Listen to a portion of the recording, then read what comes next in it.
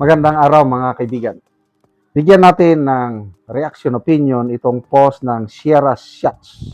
Sabi dito, habang buhay na suporta sa naiwang anak ng namatay na rider at 2 million pesos ang ipinaabot na tulong ni Ivana Alawi sa pamilya ng nasawing rider. Tapos dagdag dito, dinaig pa ang mga magmaleta. Ivana Alawi namigay ng 2 million sa pamilya ng nasaksak na rider. Nangako rin ng habang buhay sa suporta sa naiwan na anak. Okay, to be sure na totoo ito, sinearch ko sa Google, sa AI, is it true that Ivana Alawi gave 2 million pesos to the family of slain rider? Sagot ni AI, yes, it is true. Actress and social media personality Ivana Alawi personally visited the wake of slain rider Fabio Norberti Jr. in Barangay San Antonio, Quezon City and provided 2 million in cash assistance to his grieving family. During the visit, she also reportedly pledged to provide lifetime support for the rider's child who has special needs. Autism ang bata. Ako, makarelate ako niyan dahil may kamag-anak din kami na may autism. Kailangan niya talaga support, pag-unawa. Yung kamag-anak namin, pinasok sa, hindi sa ordinaryong paaralan.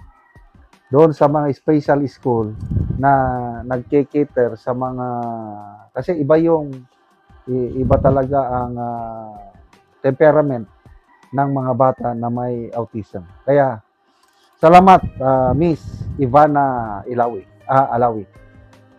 Malaki naman kasi ang kita ni Miss Ivana Alawi. Isa siya sa mga vloggers, nasa top 10 na vlogger na may pinakamalaking income.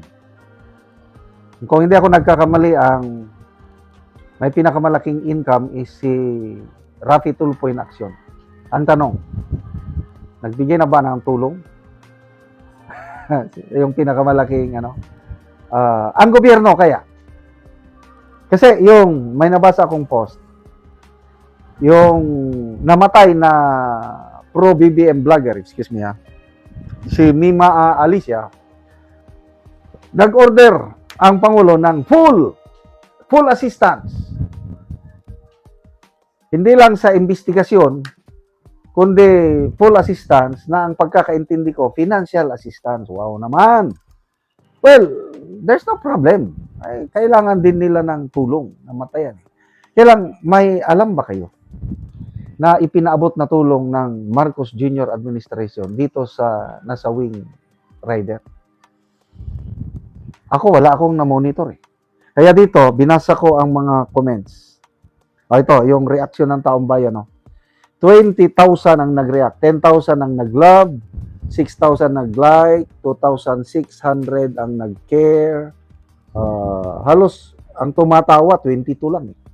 And then ang mga comments, basahin mo dito, nakakatabang puso. Yan, sabi ni Edwin Hamon, yan ang totoong tao, may puso at malasakit sa kapwa. God bless, ma'am. Iba talaga si Ivana, dinaig pa, senador eh. Maging masaya tayong lahat para sa anak ni Kuya, move it. Sampal sa gobyerno, sabi ni Sander Perez. Yes. Anong aksyon ng gobyerno? In fairness sa ating kapulisan, ginagawa nila yung trabaho nila. Kaya lang, parang, to me, hindi maganda yung dating na sunod-sunod na ngang namamataya ng mga kababayan natin. Sabihin pa na, mas tahimik ang Pilipinas ngayon. Dahil sa ating statistics, bumaba ng krimen ng 20.6. Well, hindi ko kine-question yung statistics ng PNP kasi statistics nila yan. Kaya lang yung timing, yung ang dami nang natatakot. Magkakasunod eh. Caloocan, rider. Cavite, rider. Vlogger. Nagkakasunod yan. Tapos sabihin na mas ligtas ang Pilipinas dahil bumaba ang krimen.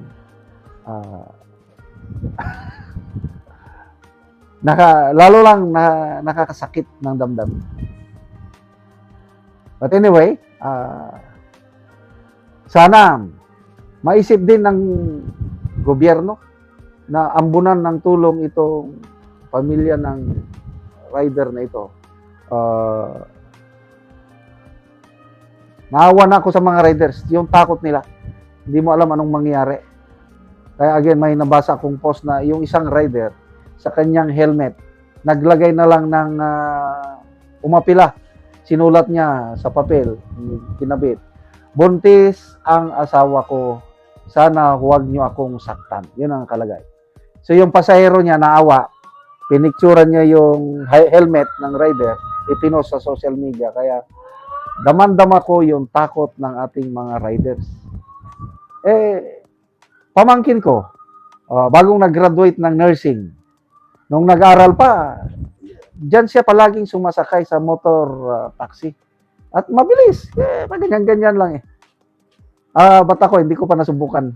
Takot akong sumakay ng motor dahil delikado eh. But for practical purposes, nakakatulong itong mga motor taxi riders. So again, God bless you, Madam Ivana Alawi, sa iyong gininto ang puso. Salamat mga kaibigan sa inyong pagsubaybay sa channel na ito. Nakakatulong kayo ng malaki sa tribong Kalanding ng Bukidnon dahil ang sweldo natin sa channel na ito is pantulong po sa tribo. Namimigay tayo ng libreng yero at pako para makapagpatayo sila ng mas maayos na tirahan. Panoorin nyo ang video na ito. Ano yung natagaan na mo, Giero, sumagatok na ni Karo. Pitong ko, tura mas usino din eh. Agi na yung pinamarit ko na nagkaharmaan at itiyo. So, muna ni ang gitukod ni Anting nga pag-aatopan karon. Kapag ano yan, man ko. Ito ko maudagdag tangas. Pinalunggab ka yung mga bata. Mababa, manabalay. Sige, patuway.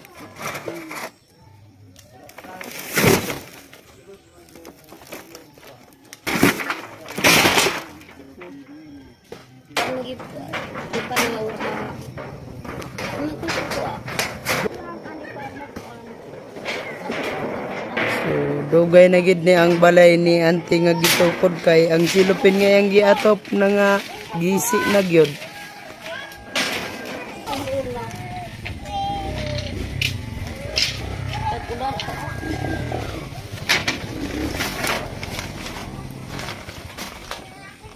Taga, kakan at, buwan mo ba?